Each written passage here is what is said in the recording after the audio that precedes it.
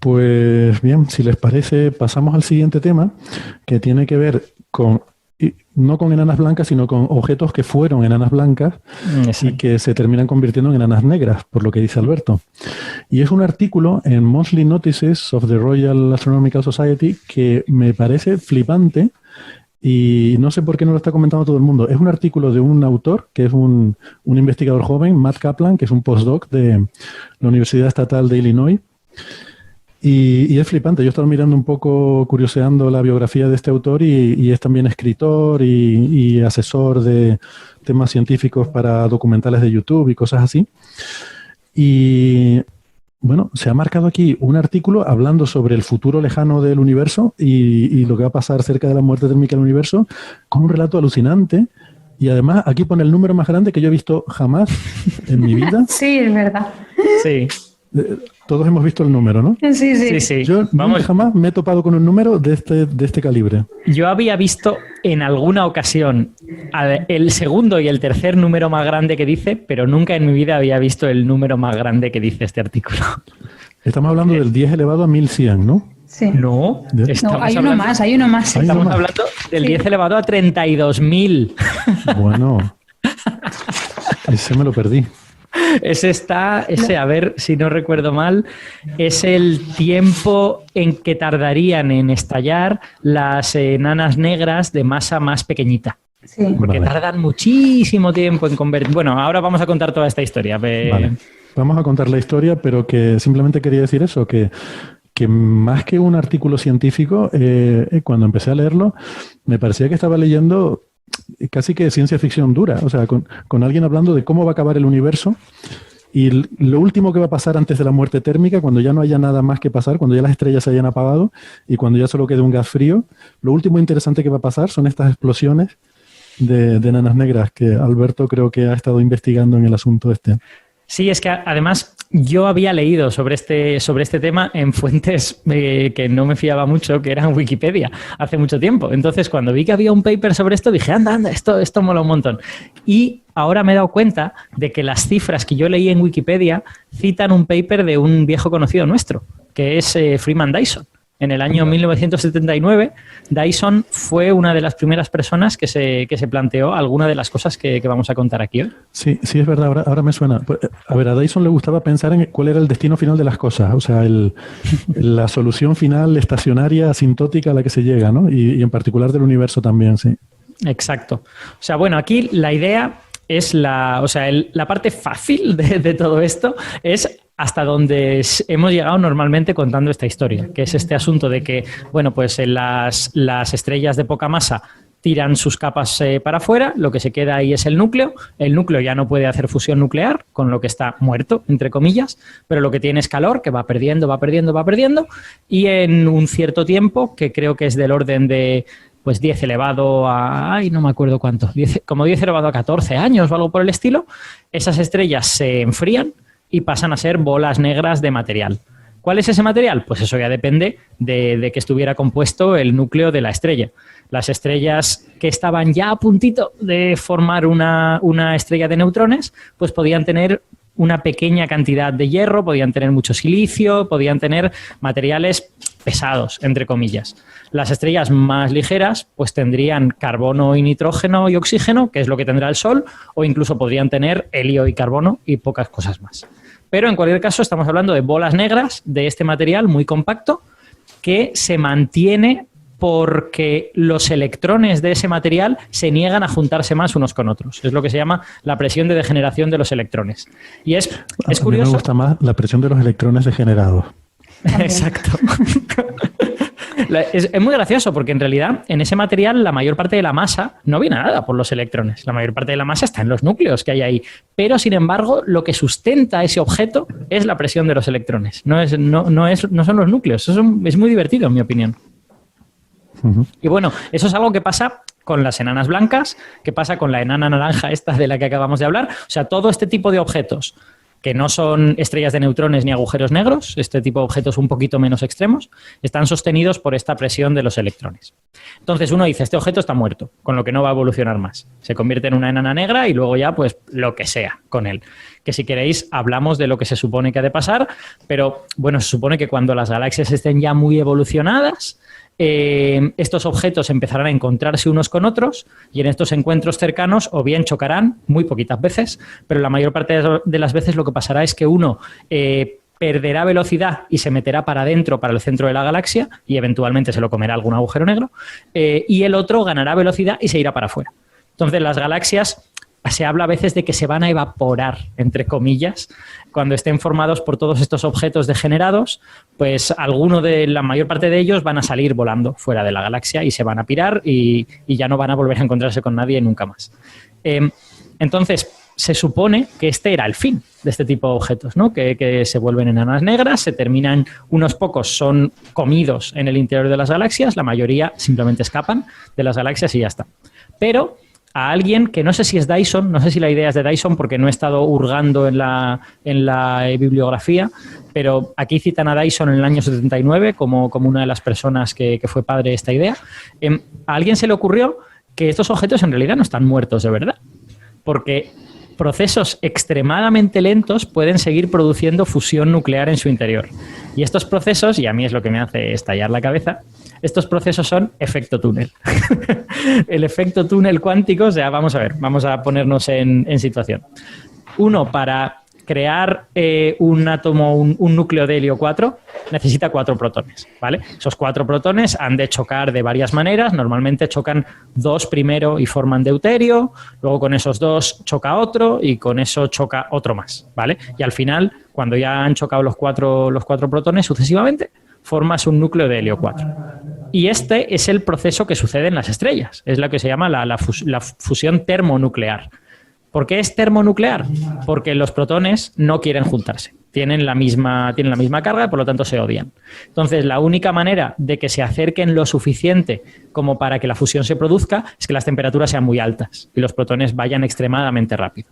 Y por esto sucede la fusión nuclear con detalles, ¿eh? También el efecto túnel está involucrado en la fusión nuclear en las... Te iba a decir, y no es un detalle, o sea, el Sol... No, es lo importante, sí. Sí, sí. El Sol, mayoritariamente, su producción energética es por efecto túnel. Claro. Lo que pasa es que el efecto túnel es más probable, bueno, ahora explicamos si queréis lo que es el efecto túnel, pero cuando los protones van muy rápido, se acercan lo suficiente para que el efecto túnel sea razonablemente probable. En las enanas negras estamos hablando de un negocio completamente diferente. Entonces, yo creo que la diferencia es que la probabilidad de reacción en el caso termonuclear depende de la temperatura. Cuanto mayor sea la temperatura, más reacciones tiene. Eso es. Mientras que en este caso, ¿no? Que tiene un nombre esto además, que igual nos puedes contar, de lo que depende es de cuánto de cerca estén, porque es una red cristalina prácticamente, o sea, estos núcleos están quietos, no están moviéndose así con velocidades térmicas, ¿no? Es que la gracia es que en el fondo ambas cosas son la misma. O sea, la temperatura lo que te dice es cuánto se van a llegar a acercar esas partículas, dado que se están moviendo a una velocidad o a otra. Cuanto más temperatura, más cerca van a llegar a estar esas partículas, por lo tanto, digamos, más próximas van a estar de fusionarse. Para explicarlo bien, para fusionarse de verdad, los protones tendrían que ponerse a un Fermi el uno del otro, a 10 elevado a menos 15 metros. Eso es súper difícil, porque las cargas eléctricas se detestan demasiado para que eso ocurra. Entonces, en el núcleo de las estrellas, los protones llegan a estar cerca, pero no tan cerca. Y cuando están cerca, pero no tan cerca, se puede producir un proceso de túnel. Esto, para la gente que no lo sepa, es esencialmente que los objetos cuánticos pueden atravesar barreras para las que no tienen energía suficiente. Sería como... yo escribí un artículo sobre esto para el periódico hace unas semanas, pero en cualquier caso tú tienes una pelota, la quieres lanzar por encima de una pared, pero no tienes fuerza suficiente para darle la altura suficiente para que pase por encima de la pared. Pero si esa pelota fuese una partícula cuántica, tú la tirarías, no llegaría a estar por encima de la pared, pero haría ¡fup! Y pasaría al otro lado. Eso es el efecto túnel. Y el efecto túnel tiene que ver con que las partículas realmente no son pelotas, sino que son objetos ondulatorios. Estos objetos ondulatorios penetran un poquito en la pared y tienen una cierta probabilidad de salir al otro lado de la pared. Si fuesen objetos compactos de un volumen dado, jamás podrían hacer esto. Pero como realmente son objetos ondulatorios, pueden pasar al otro lado de la pared. Entonces, para el caso de nuestros protones, la pared es la barrera eléctrica que impide que se acerquen hasta los 10 elevado a menos 15 metros que querrían acercarse. Pero si se acercan, pues yo qué sé, a 10 elevado a menos 13, la verdad es que no tengo ni idea cuánto se acercan en un núcleo, no lo sé. Si se acercan lo suficiente, esa cola del protón que se mete dentro de la barrera eléctrica, pues a lo mejor intersecta con la cola del otro protón y ¡pap! Entonces se fusiona, ¿vale? Se produce una fusión por efecto túnel. Eso es lo que ocurre en los núcleos de las estrellas normales, entre comillas. ¿Qué es lo que tenemos en una enana negra? Tenemos algo un poquito diferente, porque tenemos los núcleos completamente quietos. Bueno, puede haber protones, pero aquí normalmente ya estaremos hablando de núcleos un poco más grandes. Estaremos hablando a lo mejor de helio, de carbono, de nitrógeno. Y esos núcleos están en una red cristalina. En principio, uno los pensaría como quietos en la red cristalina y sin moverse en absoluto. Pero, de nuevo, son objetos cuánticos. Y como objetos cuánticos que son, ocupan un volumen en el espacio que no es simplemente el de una pelotita, sino que tienen unas colas, ocupan un volumen grande, son una distribución de probabilidad. Entonces, esas colas pueden llegar al núcleo de al lado en la red cristalina. Y, de hecho, lo que sucede es que en la parte intermedia entre los dos núcleos, pues esas colas intersectan hasta cierto punto. Entonces, por el hecho de que esas colas intersectan, es posible que esos dos núcleos se fusionen, aún sin moverse de su sitio en la red cristalina. Claro, cuando se fusionan, cambiará su posición en el espacio, será diferente y seguramente pasarán a estar en el punto intermedio, ¿vale? Pero básicamente por el hecho de ser objetos ondulatorios y que por lo tanto no ocupan un volumen compacto en el espacio, sino que tienen una especie de frontera difusa, esa frontera difusa puede hacer que se fusionen con un núcleo de al lado. Aunque el núcleo esté súper lejos. O sea, quiero decir, si el núcleo está a 10 elevado a menos 6 metros, pues será difícil. Pero es que si está a 1 metro también podrá pasar, porque esa frontera difusa no tiene límite, esa frontera difusa llega hasta el infinito. Bueno, sí, pero cae exponencialmente, o sea que ya la probabilidad de que... Claro. Vale, pero entonces lo que estás diciendo es que esas estrellas que a priori están muertas, que son un cristal, simplemente un cristal que a principio está a 20.000 grados y poco a poco se va enfriando, se enfría hasta convertirse en un cristal frío, en un cristal oscuro, ¿no? Había una película que era algo así, en una enana negra, pero no está del todo muerto, hay pequeñas, ¿no? Hay unas poquitas reacciones que van teniendo lugar ahí dentro, discretamente, no de forma tan abundante y tan exuberante como en una estrella normal que la hacen brillar, sino que son menos probables porque están relativamente lejos los núcleos unos de otros, entonces se produce alguna reacción de vez en cuando y poco a poco, con el paso del tiempo, la composición de la estrella va cambiando, porque esos núcleos de helio, de carbono, etcétera, se van a ir fusionando a convertirse en otros elementos. Pero es muy lento el proceso, ¿no? Es como... Exacto. Es fundamental lo que has dicho, lo de que es un proceso exponencial. Todo lo que digo es fundamental, pero está bien que lo remarques. Bien. Es un proceso exponencialmente desfavorecido, digamos. O sea que realmente cuanto más alta es la barrera que han de superar, pues es exponencialmente más improbable que la superen. Y en este caso, como no es una pared, y a lo mejor a nuestros oyentes les cuesta un poco más imaginarse lo que es esa barrera depende de dos cosas. La altura depende de las cargas de los dos núcleos, es decir, un protón con otro protón tiene una barrera de una altura menor que un núcleo de helio con otro núcleo de helio, porque los dos núcleos de helio tienen dos protones, por lo tanto se repelen más. Y si tienes un núcleo de silicio con otro núcleo de silicio, pues se repelen más todavía. Y luego tienes otro parámetro de la barrera, que es la anchura, ¿no? Cómo de ancha es la barrera. Entonces tienes la altura que depende de la carga y la anchura que depende, pues, de la red cristalina esta que tienen formada dentro de la enana negra. Y estamos acercándonos al momento de la pausa, entonces si quieres acelerar un poco y contar un poco el final de la historia para que no se queden en ascuas los oyentes de la radio y luego ya retomamos si quieres con más detalle. Vale, me parece bien. El punto es, todos estos núcleos van a querer convertirse en hierro 56. El hierro 56 es el núcleo más estable que se conoce. Lo que pasa es que eso se va a producir con sucesivas fusiones de estas por efecto túnel. Y eso cuesta un montón de tiempo.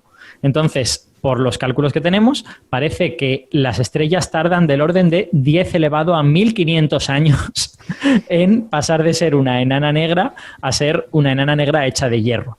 Eso depende de la composición y ahora, luego de la pausa en el podcast, haremos el desglose, pero esencialmente solo hay que esperar 10 elevado a 1500 años. Teniendo en cuenta que el universo tiene 10 elevado a 10, con lo que no está mal. El número de átomos en el universo se estima del orden de 10 a la 80, no, el número de partículas. Exacto. Aquí estamos hablando de 10 a las 1500 años, o sea que bueno, una barbaridad. Muy bien, gracias por seguir acompañándonos. Nos estaba explicando Alberto lo que le pasa a las enanas blancas después de 10 a las 1500 años. No solo no hay ninguna enana blanca a la que le haya pasado eso, obviamente, sino que no hay ninguna enana blanca que se haya convertido en enana negra por la vida del universo, cosas que sabemos gracias a gente como José Alberto, que nos dice que el universo tiene una edad del orden de 10 a la 10, y en ese tiempo no ha dado tiempo a que ni la primera enana blanca se haya terminado de enfriar, ¿no? Esta que nos contaba Marian, a 4.700 grados, es una de las más antiguas. No, pero supongo que 10 a la 14, ¿no? Creo que es lo que tarda más o menos en enfriarse del todo. O sea, que alguna muy, muy fría igual sí puede haber. No tanto como cero absoluto, pero... Le quedan 10.000 vidas del universo para estar mil vidas del universo, mil veces la vida del universo, al menos. ¿Qué peligro tienen los exponentes? Ya ves. Es que estos números son muy locos. Mucho. Sí. Bueno, a mí me alucina que podamos predecir cosas que ni siquiera han pasado nunca en la historia del universo y podamos decir que va a pasar esto. Las estrellas, las enanas blancas se van a enfriar hasta... Aunque eso no ha pasado nunca y no va a pasar hasta dentro de 1000 veces la vida del universo, ¿no? Hombre, todo esto es muy hipotético, ¿eh? De hecho, hay una de las cosas que comenta por aquí que todo básicamente depende de algo que se desconoce, que es la... ¿cómo se dice esto? Se me ha ido de la cabeza. Sí, pero tú dices algo de ese paper, pero yo digo simplemente el hecho de decir que las enanas blancas se van a enfriar hasta dejar de brillar, eso es una predicción bastante bien establecida y bastante sólida y mira, pues es algo que, insisto, que no ha ocurrido nunca.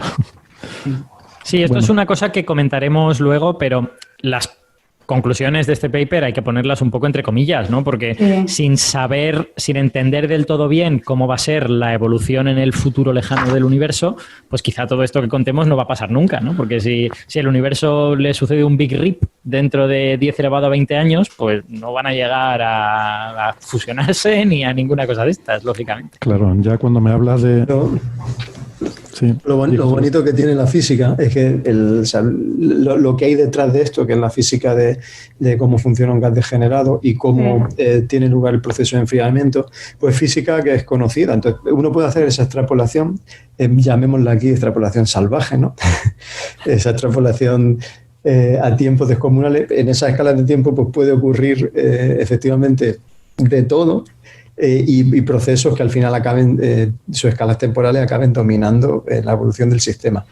Pero desde el punto de vista físico, también cómo funciona la degeneración de los gases, el principio de exclusión de Fermi, estas cosas las conocemos bien, o sea que no parece una especulación muy fuerte, pero está sustentada sobre física sólida. Y quizás la extrapolación o la especulación es que exista un universo dentro de 10 a las 1100 años, ¿no? Eso es. Dentro de 10 elevado a 1500, habías dicho, Alberto, creo. Que por aquí nos comentaba Bruno en el chat, luego le preguntamos más sobre eso, que el número primo más alto conocido es 10 a las 24 millones o no sé qué, que todo esto de lo que estamos hablando son moñas, dice. Ya, pero que él debe tener en cuenta que los números preexisten y existen independientemente de que haya universo o no. O sea, eso tienen otras normas y no pasa nada, ¿no? O sea, quiere decir... Y que es matemáticas eso, ¿no? Que no es física. En las matemáticas existe el infinito, existen toda una serie de cosas que en el universo no sabemos si existen.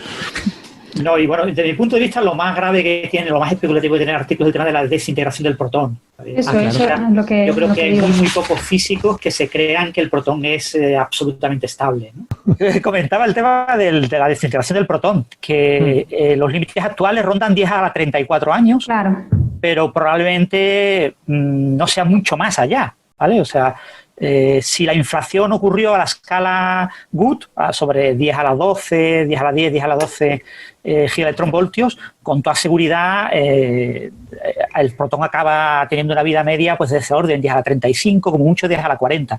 El efecto de la desintegración del protón en esas transiciones tan lentas de enana blanca a enana negra es enorme.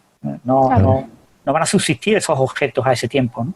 Te quedas sin objeto. Eso es a lo que me refería, que todo depende de... O sea, digamos, lo que decía José Alberto tiene razón, la física que se conoce, pero la evolución tiene en cuenta más cosas. Igual no tienes nada dentro de tanto tiempo, ¿no? Claro. Es que esto es asumiendo que no hay ningún otro efecto y el resto de condiciones físicas... Es un modelo en el claro. Asumes que el resto de condiciones físicas pues se mantienen igual, pero... Es casi un juego. Es decir, vamos a coger la física que tenemos y vamos a extrapolarla a ver qué cosas podrían pasar, y como juego es muy divertido, ¿eh? Y yo creo que el paper es honesto en el sentido de que lo dice claramente. Sí, una vaca esférica cósmica. Exacto. Es como un juego, es verdad, exacto. Lo estás leyendo y es lo que yo decía, ¿no? Parece un relato de ciencia ficción dura, ¿no? No sé, muy, muy curioso.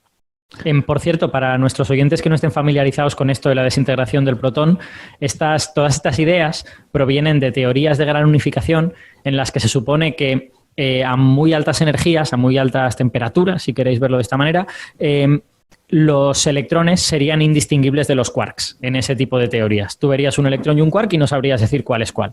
Entonces, en ese tipo... Exacto. Mira, no te saco tarjeta amarilla porque yo he tenido mi ración de chistes malos y no me la he sacado.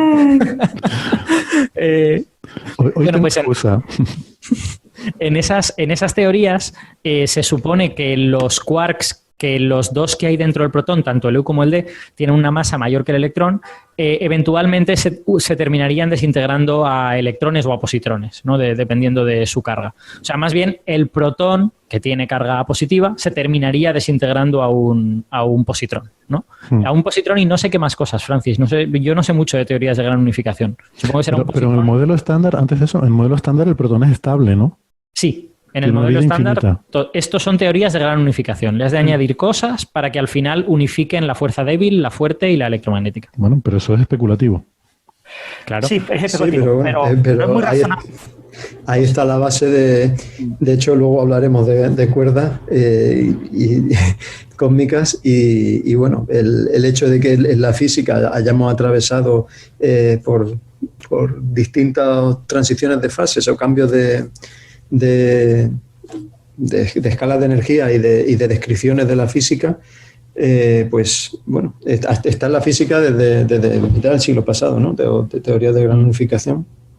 Sí, digamos que hay una serie de cosas que son un poco sospechosas. Si tú te coges las ecuaciones del modelo estándar y te coges la intensidad de las tres interacciones, de la gravedad ya sabéis que no tenemos ni idea, esa la dejamos que no sabemos muy bien cómo hacerlo, pero te coges la intensidad de las otras tres y la extrapolas a energías muy altas, no coinciden, pero casi, ¿no? Como que se rozan el palo, ¿no? Digamos, por hablar en términos futbolísticos. Entonces, es un poco sospechoso. Es un poco decir, bueno, aquí será que nos falta un elemento y que cuando tengamos este elemento harán ¡pap! Y coincidirán perfectamente bien.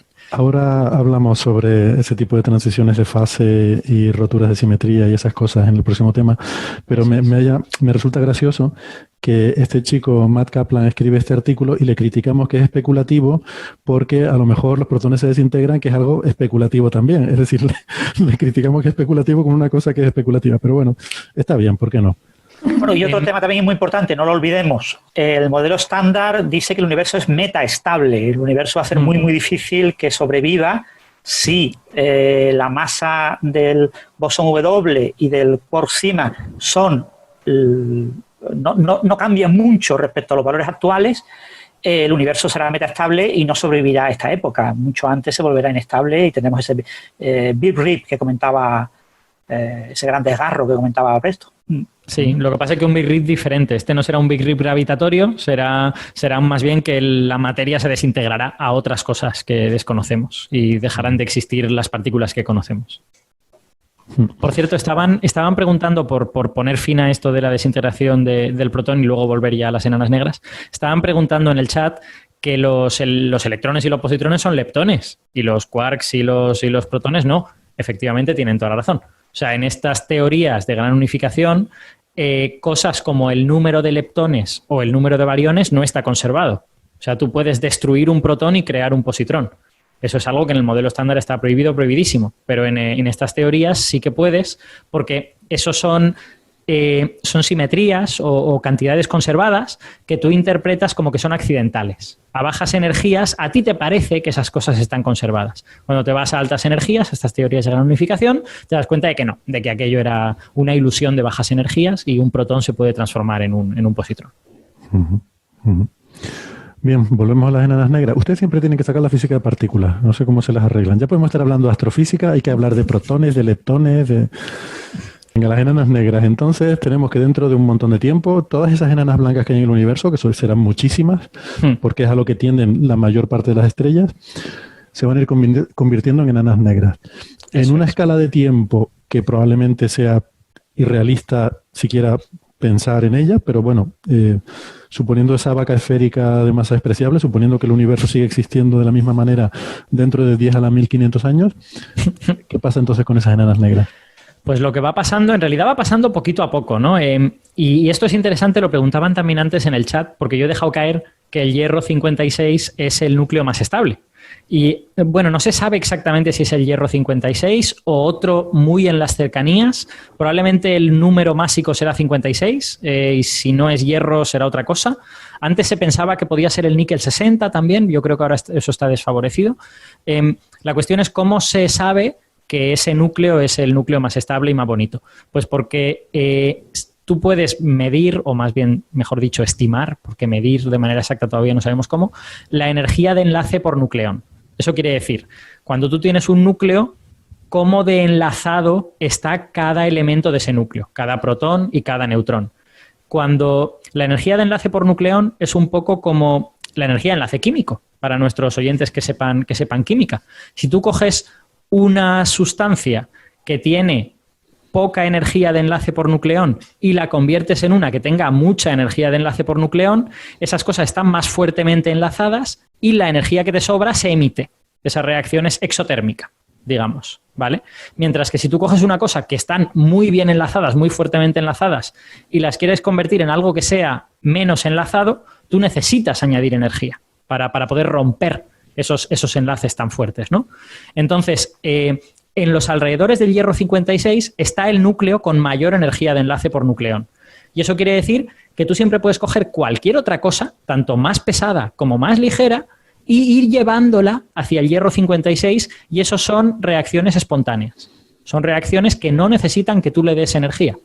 El helio, que es un núcleo superestable, el helio 4, pues a él le gusta ir perdiendo esa energía de sobra que tiene e ir acercándose al hierro 56. Y se acerca pues a través del carbono, del oxígeno, del magnesio y de todas estas cosas que ocurren en las estrellas, ¿vale? Y todo es porque, digamos que en el helio cada nucleón tiene mucha energía disponible para sí mismo, pues va perdiendo parte de esa energía y pasan a ser cosas más compactas, mucho más fuertemente enlazadas, más difíciles de romper, ¿no?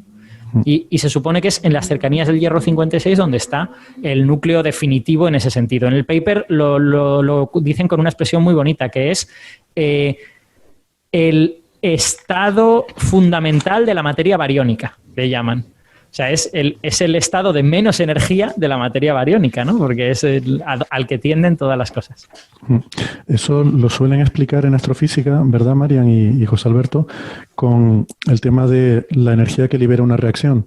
Sí. O sea, desde el hidrógeno tú vas obteniendo energía a partir de fusión, cada vez menos, fusionando hidrógeno, helio, carbono, nitrógeno, oxígeno, etcétera, cada vez menos, pero vas liberando oxígeno hasta que llegas al hierro. Y por el otro lado, la energía se libera por fisión. Tienes que romper núcleos. Los elementos pesados tienes que romperlos para que te den energía. Plutonio, uranio, no sé qué, tal. Y cada vez, según sea más pequeño, cada vez obtienes menos energía. Y hay el pico de esa... O bueno, la cima, si lo miras al revés, cuánta energía producen, es el que está en el hierro. Que a un lado tienes que fusionar para obtener energía y al otro lado tienes que fisionar para obtener energía. Eso te dice que ese es el punto del cual ni por una ni por otra, eso ya está como está, de ahí no vas a sacar energía, porque ahí está ya empaquetado de la forma óptima. Me he dado cuenta además de que las palabras son un poco engañosas en este sentido, porque he dicho que el hierro 56 es el que tiene mayor energía de enlace por nucleón y luego he dicho que cada nucleón tiene más energía en otros, pero eso es porque la energía de enlace es negativa. Entonces es el que tiene la energía negativa más grande por nucleón, ¿no? Y por eso en valor absoluto o algo así, la más negativa. Eso es, se suele decir con estas palabras y me acabo de dar cuenta que las palabras son un poquitín, si no sabes que estás hablando de una energía negativa, te pueden llevar a error. Por cierto, que la energía de enlace siempre es negativa en todos los sistemas físicos, excepto en los nucleones. El protón, el neutrón, los quarks, su energía de enlace es positiva. Por eso el protón y el neutrón tienen más masa que la suma de las masas de las partículas constituyentes, porque su energía que las une es una energía positiva. Es la única excepción que conocemos en la naturaleza. Qué bonito. Y a todas estas nos hemos vuelto otra vez a la física de partículas, cuando estamos hablando de enanas negras. Si es que no, perdón. Se aprovechan. Se aprovechan. Me venden aquí que van a venir a hablar de estrellas y luego acaban hablando de protones.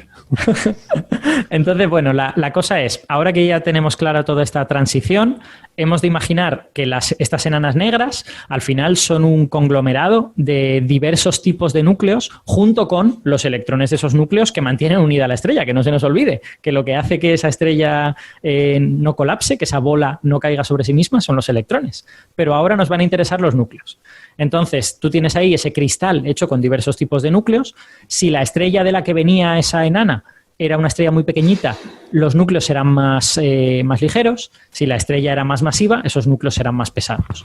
Y tú lo que debes mirar es cuánto tiempo tardan en superar esa barrera del efecto túnel y en fusionarse todos esos núcleos.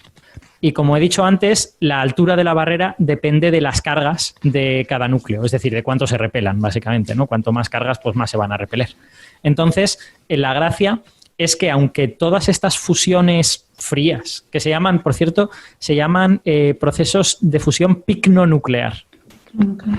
Y que no sé lo que significa la palabra, el prefijo picnos. Estoy muy denso. insatisfecho. Yo lo busqué, denso. Denso, tiene sentido, claro. Sí, son fusiones por densidad. ¿Vale? Por densidad. Por sí, densidad. por eso te decía, porque la termonuclear depende de la temperatura del material. Cuanto más temperatura, más reacciones. Mientras que en esta es irrelevante la temperatura, lo que importa es la densidad. Eso es. Sí. Cuanto más cerca están los núcleos, más estrecha es la barrera. No es más alta o más baja, pero sí es más estrecha. Por lo tanto, cuesta menos de superar, efectivamente. Entonces, la gracia es, a ti te va a costar mucho tiempo, por efecto túnel, fusionar dos núcleos de helio. Pero te va a costar muchísimo más tiempo, por efecto túnel, fusionar dos de carbono. Y muchísimo más tiempo fusionar dos de, yo qué sé, azufre o lo que sea, ¿no? Y esos saltos de tiempo son exponenciales.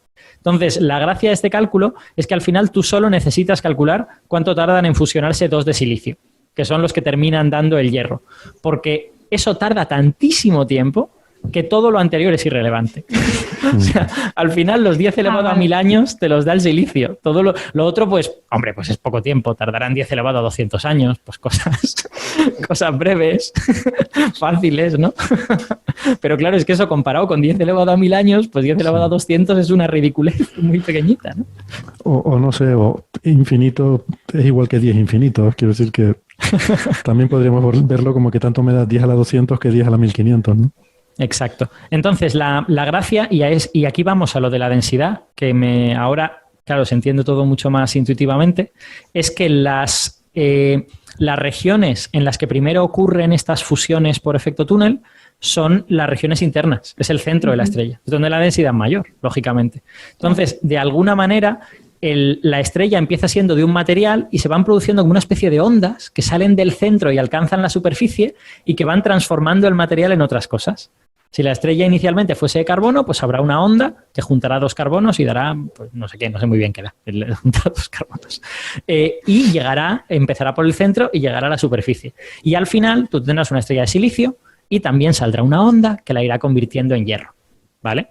Entonces, cuando llega el hierro es cuando se producen las cosas más interesantes, que es que en las estrellas, en las enanas negras más grandes, la presión interna sobre ese hierro es suficiente como para obligar a un electrón a juntarse con el núcleo de hierro y producir otra reacción nuclear.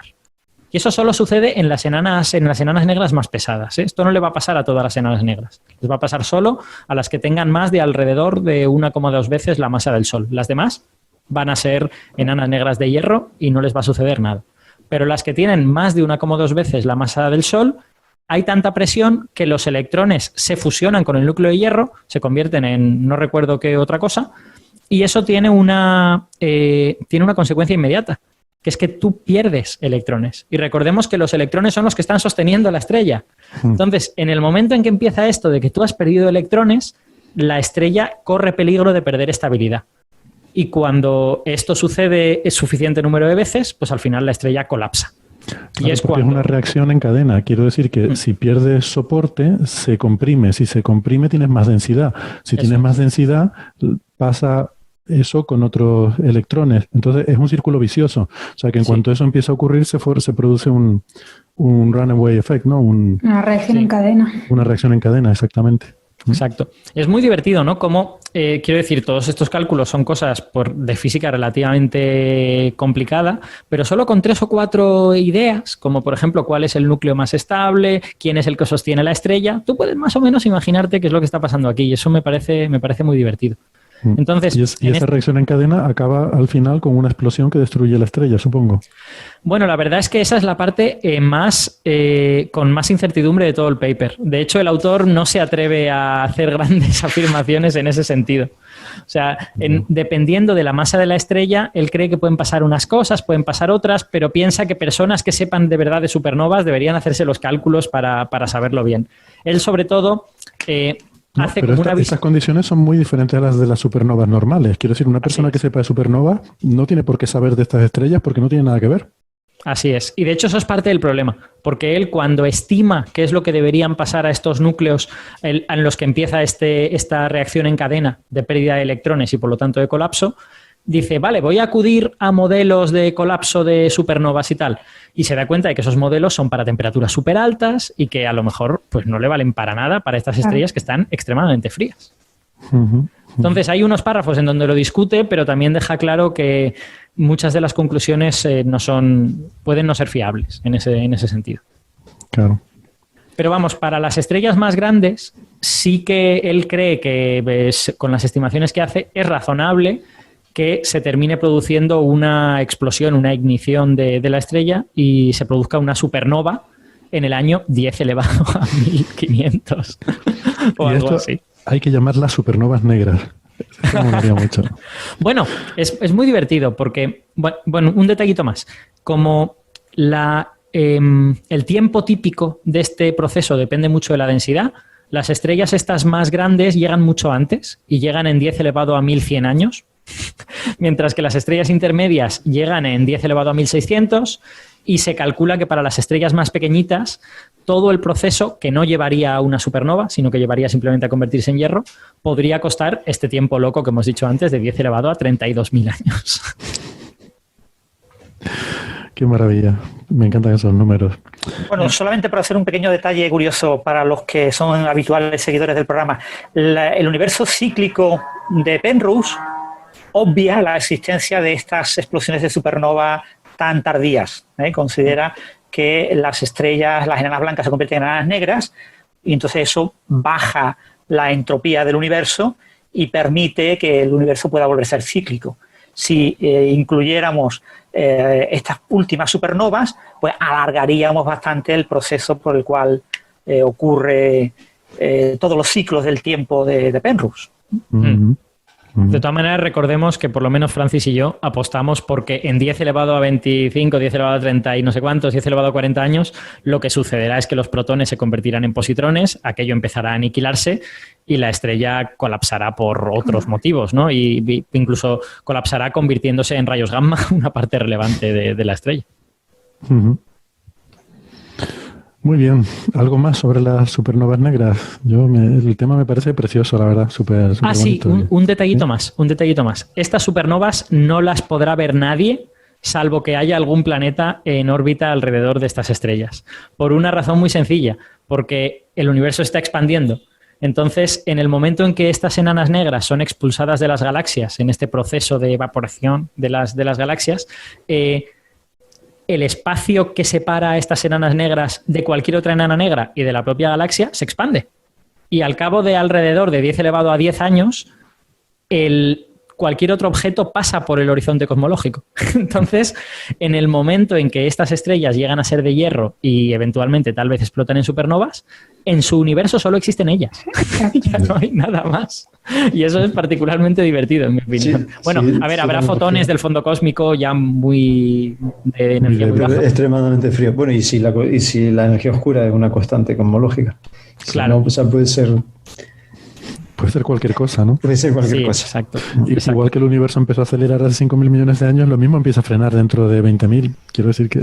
Es que es eso, claro, como no entendemos bien la energía oscura, pues cualquiera de estas cosas podría ser... Es que a lo mejor ni siquiera les da tiempo a convertirse en estrellas de hierro, ni aunque el protón no se desintegre, porque resulta que el universo implosiona o se convierte en un conejito, o hay un Big Rip, si es energía fantasma, si la energía oscura es energía fantasma, ¿no?